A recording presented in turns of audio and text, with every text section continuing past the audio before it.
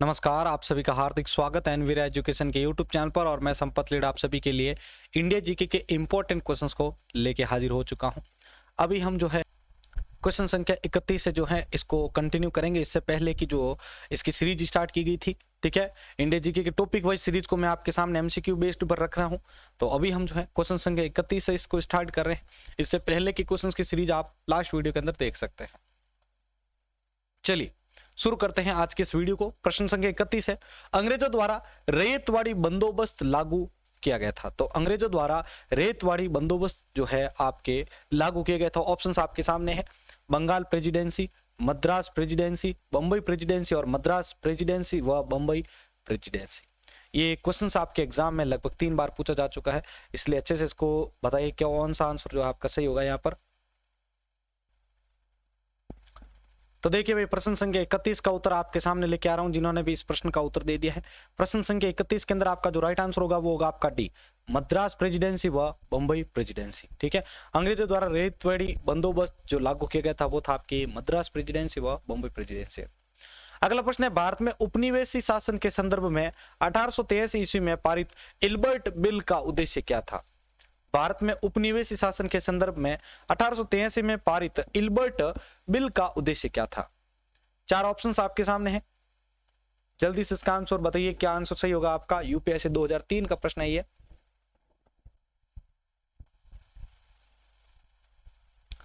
तो देखिए भाई, प्रश्न संख्या 32 का उत्तर आपके सामने। प्रश्न 32 का राइट आंसर होगा आपका ए, जहां तक अदालतों की दंडिक अधिकारिता का संबंध था, भारतीय तथा यूरोपीय लोगों को बराबरी पर रोकना।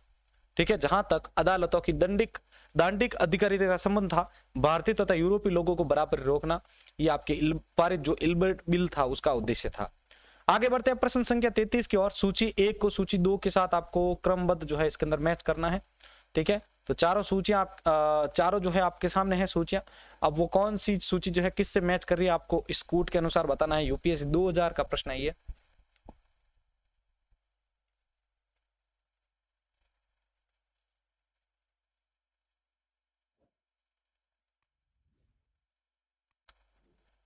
तो आई थिंक आपने इस प्रश्न का आंसर दे दिया होगा।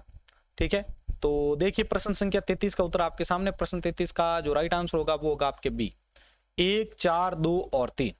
1, 4, 2 और 3 मतलब बड़े सामंतों को आवंटित भूमि। ठीक है, तो ये ए जो है वो आपका इससे संबंधित है, जागीरदारी प्रणाली से। अब बी जो है वो है आपका 4 से संबंधित, यानी ये आपके 4 से संबंधित है।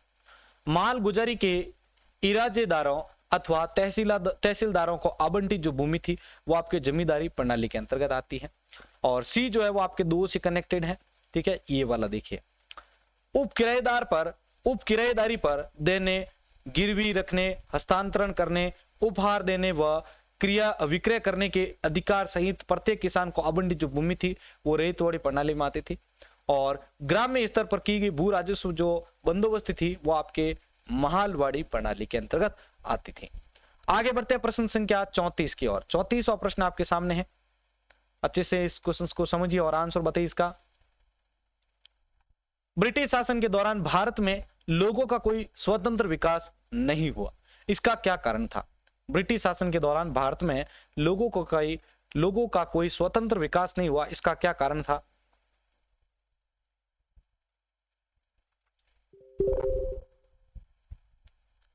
तो देखिए भाई, इस प्रश्न का उत्तर, ब्रिटिश शासन के दौरान भारत में उद्योगों का कोई स्वतंत्र विकास नहीं हुआ था, इसका क्या कारण था। तो प्रश्न संख्या 34 का जो राइट आंसर होगा वो होगा आपका ए, भारी उद्योगों का अभाव। क्या था, भारी उद्योगों का अभाव। अगला प्रश्न है, यद्यपि भारत के व्यापार पर 1813 के चार्टर एक्ट द्वारा कंपनी के एकाधिकार को समाप्त कर दिया गया था, परंतु फिर भी किस वस्तु का व्यापार केवल कंपनी के लिए ही सुरक्षित रखा गया।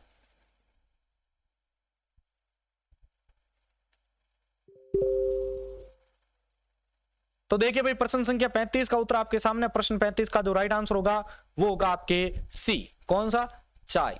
यद्यपि भारत के व्यापार पर 1813 के चार्टर एक्ट द्वारा कंपनी के एकाधिकार को समाप्त कर दिया गया, परंतु फिर भी किस वस्तु का व्यापार केवल कंपनी के लिए ही सुरक्षित रखा गया था। तो ध्यान रखिएगा, ये चाय का था। आगे बढ़ते हैं प्रश्न संख्या 36 की ओर। ब्रिटिश ईस्ट इंडिया कंपनी का व्यापारिक अधिकार अंतिम रूप से किस एक्ट के तहत समाप्त किया गया था। ब्रिटिश ईस्ट इंडिया कंपनी का व्यापारिक अधिकार अंतिम रूप से किस एक्ट के तहत समाप्त किया गया?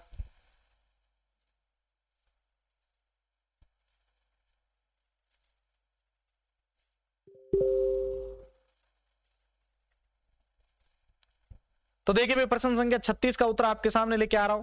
प्रश्न संख्या 36 का जो राइट आंसर होगा वो होगा आपके बी, 1833 का charter act. British India east India company का व्यापारिक अधिकार अंतिम रूप से किस एक्ट के तहत समाप्त किया गया था? तो ध्यान रखिएगा, 1833 के चार्टर एक्ट के तहत। अगला प्रश्न 37वां प्रश्न है, स्थायी बंदोबस्त 1793 के अंतर्गत जमींदारों से अपेक्षा की गई थी कि वे खेतीहरों को पट्टा जारी करेंगे। अनेक जागीरदारों ने पट्टा जारी नहीं किए, इसका क्या कारण था?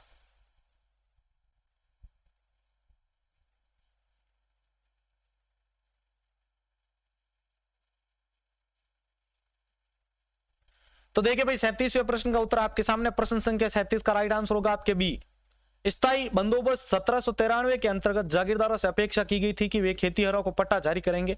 अनेक जमींदारों ने जो है पट्टा जारी नहीं किए थे, तो इसके कारण थे कि जमींदारों के ऊपर कोई सरकारी नियंत्रण नहीं था। ठीक है, इस कारण उन्होंने जो है पट्टे जारी नहीं किए थे। आगे बढ़ते हैं प्रश्न संख्या 38 की ओर। ब्रिटिश भू राजस्व व्यवस्था के संदर्भ में इन कथनों पर विचार कीजिए। स्थायी बंदोबस्त के तहत सरकार ने जमींदारों से हमेशा के लिए लगान निश्चित किया, इसी कारण इसे स्थायी बंदोबस्त कहा गया। रैयतवाड़ी व्यवस्था के तहत सरकार ने रैयतों से लगान निश्चित किया, इसी कारण इसे रैयतवाड़ी व्यवस्था कहा गया। महालवाड़ी व्यवस्था के तहत प्रत्येक खेत के आधार पर भू राजस्व निर्धारित नहीं किया गया, बल्कि प्रत्येक महाल के अनुसार निश्चित किया गया, इसलिए यह व्यवस्था महालवाड़ी व्यवस्था कहलाई थी। इन कथनों में से कौन सा कथन या कौन से कथन जो है सही है?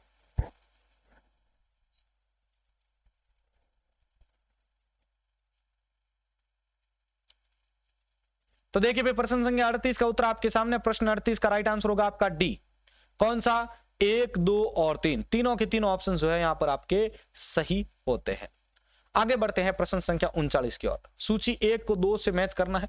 ठीक है, जो फर्स्ट लिस्ट है वो आपकी भू राजस्व व्यवस्था की है और दूसरी उससे संबंधित व्यक्तियों की है।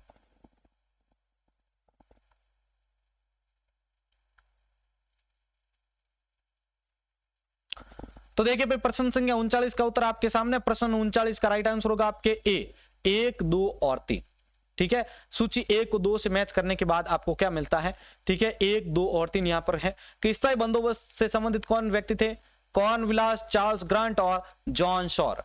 रेतवाड़ी व्यवस्था से संबंधित कौन थे? कैप्टन रीड, टॉमस मुनरो और एफिलिंस्टन। और सीध आपके महालवाड़ी व्यवस्था जो है इसके अंदर देखिए, होल्ट, मैकेंजी, मार्टिन बर्ड। ठीक है, चलिए आगे बढ़ते हैं नेक्स्ट 40वें प्रश्न की ओर। 40वां प्रश्न आपके सामने है, महालवाड़ी व्यवस्था जिन क्षेत्रों में लागू की गई थी उनमें शामिल है।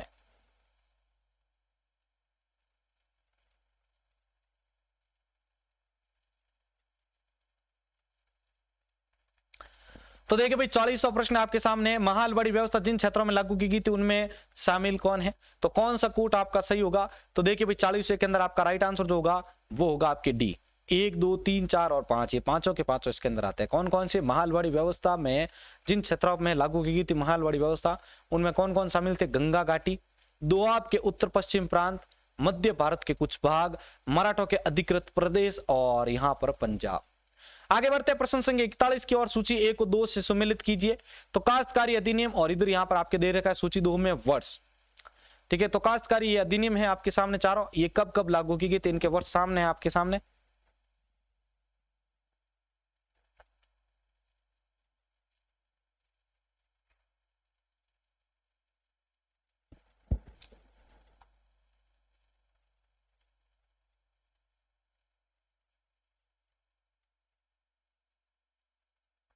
तो देखिए भाई, प्रश्न संख्या 41 का उत्तर आपके सामने लेके आ रहा हूं।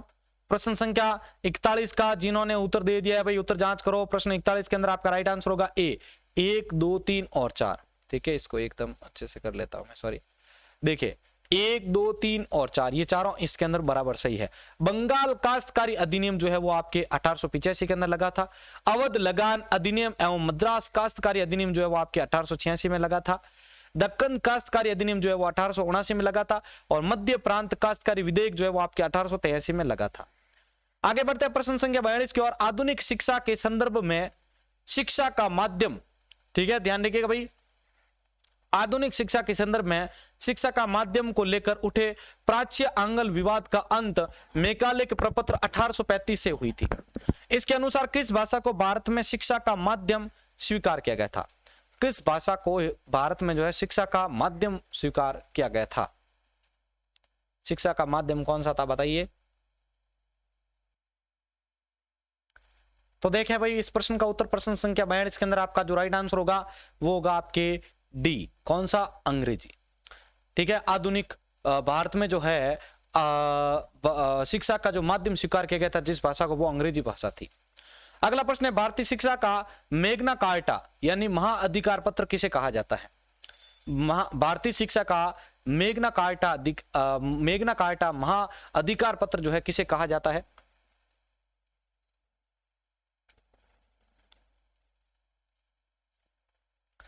तो देखिए भाई प्रश्न संख्या 43 का उत्तर आपके सामने। प्रश्न 43 भारतीय शिक्षा का मैग्ना कार्टा यानी महाअधिकार पत्र किसे कहा जाता है? तो प्रश्न 43 के अंदर आपका राइट आंसर होगा ए, वुड के घोषणा पत्र यानी डिस्पैच 1854 को। ठीक है, 1854 को।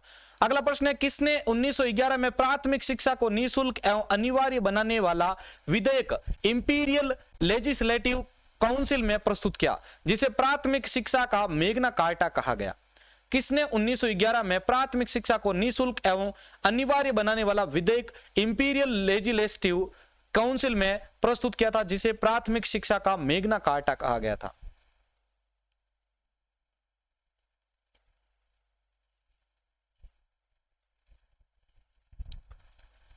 तो देखिए भाई प्रश्न संख्या 44 का उत्तर आपके सामने। प्रश्न 44 का राइट आंसर जो होगा वो होगा आपके ए, गोपाल कृष्ण गोखले। ठीक है, प्राथमिक शिक्षा का मैग्ना कार्टा किसे कहा गया भाई? ध्यान रखिएगा, गोपाल कृष्ण गोखले को। अगला प्रश्न है 45वां, शिक्षा से संबंधित आयोग या समिति की पहचान करें। शिक्षा से संबंधित आयोग या समिति की पहचान करें। अब यहां पर आपको कौन सा कोड जो है सही लगता है बताइए जल्दी से।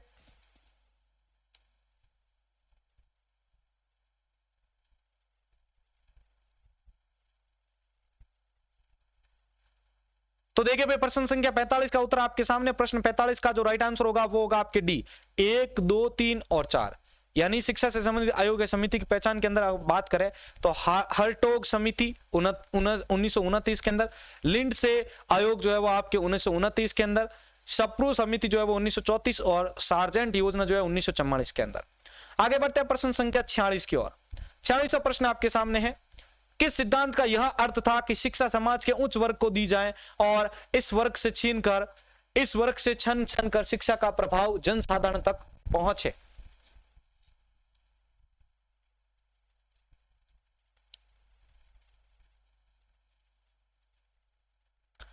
तो देखिए भाई प्रश्न संख्या 46 के सिद्धांत का यह अर्थ था कि शिक्षा समाज के उच्च वर्ग को दी जाए और इस वर्ग से जो है छन कर शिक्षा का प्रभाव जनसाधारण तक पहुंचे। इसका राइट आंसर जो होगा वो होगा आपके ए, अधोमुखी निस्यंदन सिद्धांत। ठीक है, अधोमुखी निस्यंदन सिद्धांत जिसको डाउनवर्ड फिल्ट्रेशन थ्योरी भी कहते हैं। अगला प्रश्न है, भारत में आधुनिक शिक्षा का जन्मदाता किसे कहा जाता है? इंपॉर्टेंट क्वेश्चन है, भारत में आधुनिक शिक्षा का जन्मदाता किसे कहा जाता है? तो देखिए भाई 47वें प्रश्न का उत्तर आपके सामने, भारत में आधुनिक शिक्षा का जन्मदाता किसे कहा जाता है? तो 47वें के अंदर आपका राइट आंसर जो होगा वो होगा आपके ए, चार्ल्स ग्रांट को कहा जाता है। किसे? चार्ल्स ग्रांट को कहा जाता है। अगला प्रश्न है, हिंदू कॉलेज कलकत्ता के अंदर है 1817 जो कि पाश्चात्य पद्धति पर उच्च शिक्षा देने का प्रथम कॉलेज था जिसका धार्मिक शिक्षा से कोई संबंध नहीं था। इसकी स्थापना जो है किसने की थी? हिंदू कॉलेज कलकत्ता की जो स्थापना है वो किसके द्वारा की गई थी? कि भाई कलकत्ता में 1817 में की गई थी, तो किसने की थी बताइए।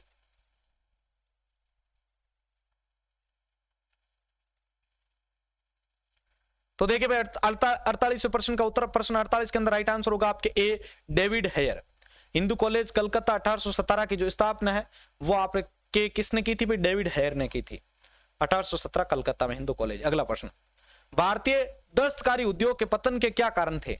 भारतीय दस्तकारी उद्योग के पतन के क्या कारण थे?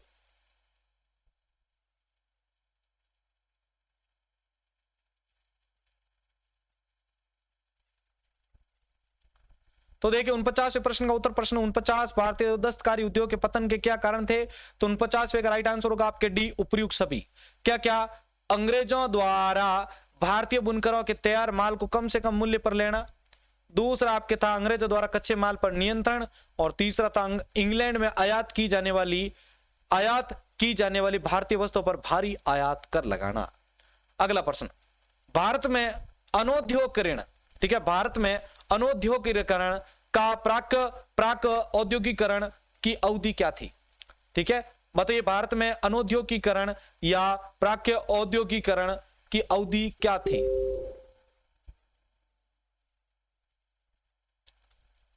तो देखिए प्रश्न संख्या 50 का उत्तर आपके सामने। प्रश्न 50 का जो राइट आंसर होगा वो होगा आपके बी, 1800 से लेकर 1850 तक।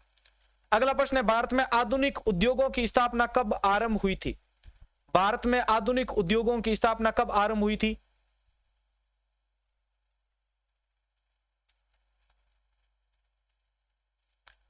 तो देखिए भाई, भारत में आधुनिक उद्योगों की स्थापना कब आरंभ हुई थी? इसका राइट आंसर होगा आपके डी, 1850 ईस्वी में। भारत में आधुनिक उद्योगों की जो स्थापना है वो 1850 ईस्वी में हुई थी। अगला प्रश्न है, भारतीय बुनकरों की दयनीय हालत पर किस गवर्नर जनरल ने टिप्पणी की थी कि इनका दुख दर्द समूचे इतिहास में अतुलनीय है? कपड़ा बुनकरों की हड्डियों में भारत की धरती सफेद हो गई है।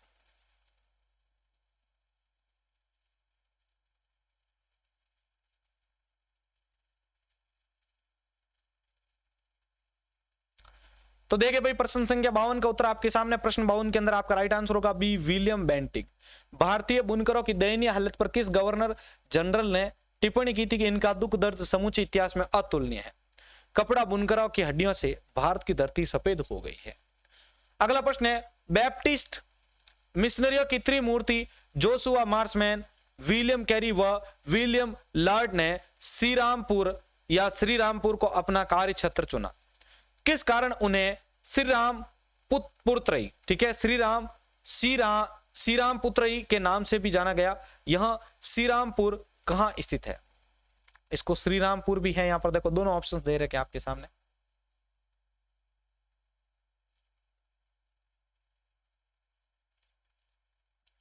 तो देखिए 53 प्रश्न का उत्तर आपके सामने। प्रश्न संख्या 53 का जो राइट आंसर होगा वो होगा आपके ए, बंगाल में। ठीक है, अगला प्रश्न आपके सामने 54वां है। तो देखिए प्रश्न संख्या 54 है कि भारत में रेलवे के निर्माण के क्या कारण थे? भारत में रेलवे के निर्माण के क्या कारण थे? फटाफट इसका आंसर कमेंट बॉक्स में बताइए।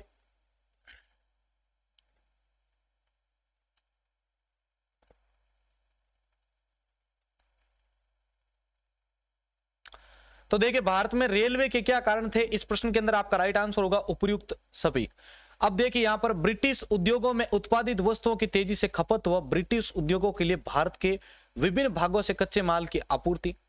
दूसरा कारण था आपके विस्तृत भारतीय साम्राज्य को एक राजनीतिक प्रशासनिक सूत्र में आबद्ध करना। और तीसरा आपके है आंतरिक विद्रोह व बाह्य आक्रमण के दौरान सेना का तेजी से आवागमन करना। तो इन तीन कारणों के कारण जो है भारत में रेलवे का निर्माण किया गया था। अगला प्रश्न संख्या 55 है, किसने भारत में रेलवे की स्थापना को आधुनिक उद्योग का अग्रदूत या जननी की संज्ञा दी थी?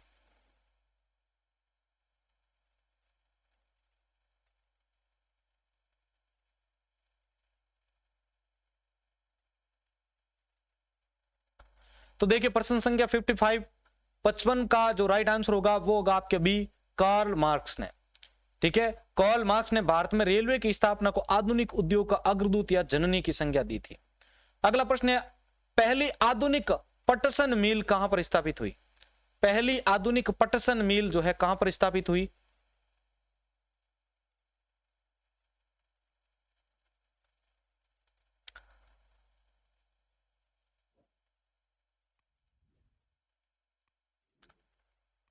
तो देखिए प्रश्न संख्या 56, पहली आधुनिक पटसन मिल कहां स्थापित हुई? इस प्रश्न का राइट आंसर होगा आपके ए, रिसरा बंगाल के अंदर स्थापित हुई थी पहली आधुनिक पटसन मिल। अगला प्रश्न संख्या 57 है, पहले आधुनिक लौह इस्पात उद्योग की स्थापना कहां पर हुई थी? पहले आधुनिक लौह इस्पात उद्योग की स्थापना कहां पर हुई?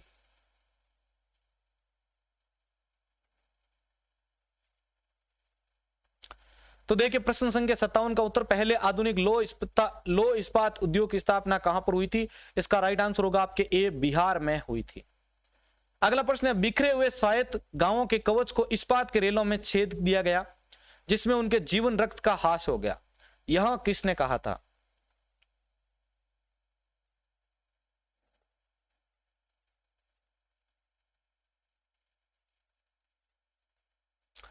तो देखिए प्रश्न संख्या 58 का उत्तर, प्रश्न 58 के अंदर आपका राइट आंसर जो होगा वो होगा आपके बी, बुक्कानन।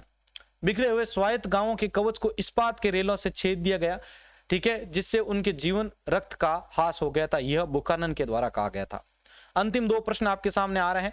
59वां प्रश्न आपके सामने, भारतीय राजाओं द्वारा कर लेना सूर्य द्वारा भूमि से पानी लेने के समान था, जो कि पुनः वर्षा के रूप में भूमि पर उर्वरता देने के लिए वापस आता था, पर अंग्रेजों द्वारा लिया गया कर भारत में वर्षा न कर इंग्लैंड में ही वर्षा करता था। यहां कथन किसका है?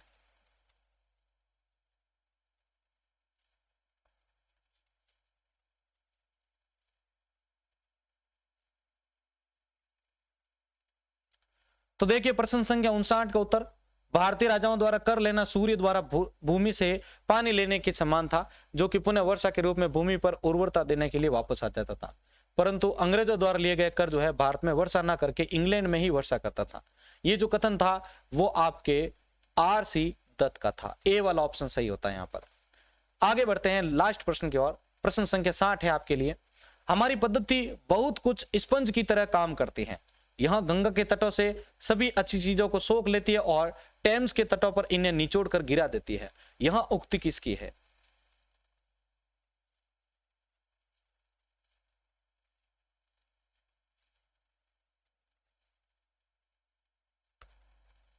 तो देखिए हमारी पद्धति बहुत कुछ स्पंज की तरह काम करती है और यहां गंगा के तटों से सभी अच्छी चीजों को पहले सोख लेती है और टेम्स के तटों पर उन्हें निचोड़ कर गिरा देती है। यह जो कथन है वो आपके जॉन सुल्लीवान का है। किसका? जॉन सुल्लीवान का है। तो यह आज हमारे जो है आधुनिक भारत के अंतर जो है सीरीज का सेकंड पार्ट क्लियर हो चुका है, जिसके अंदर हमने इंपॉर्टेंट 30 क्वेश्चंस को क्लियर किया है। IT ऑफिसर की जो स्पेशल आपकी टेस्ट सीरीज की जो मैसेज आ रखे हैं, तो उनके लिए आपको जो है आने वाले सोमवार से जो है आपके लिए टेस्ट सीरीज स्टार्ट हो जाएगी, तो आप उसको भी ज्वाइन कर सकते हैं। बहुत जल्द आपके लिए जो है राजस्थान जीके की स्पेशल जो है टॉपिक वाइज क्लास स्टार्ट हो रही है, तो उसको भी आप ज्वाइन कर सकते हैं। वीडियो अच्छा लगा है तो इसको अपने दोस्तों के साथ शेयर कर दीजिएगा। चैनल को सब्सक्राइब करके जो साइड में बेल आइकॉन आ रखा है उसके अंदर ऑल नोटिफिकेशन ऑन कर दीजिए, जिससे मेरी हर क्लास की सूचना आपको तुरंत समय पर मिलती रहे। इसी के साथ मैं संपत लीड आप सभी से अलविदा लेता हूं। मिलते हैं एक और नई क्लास के साथ। जय हिंद, जय भारत।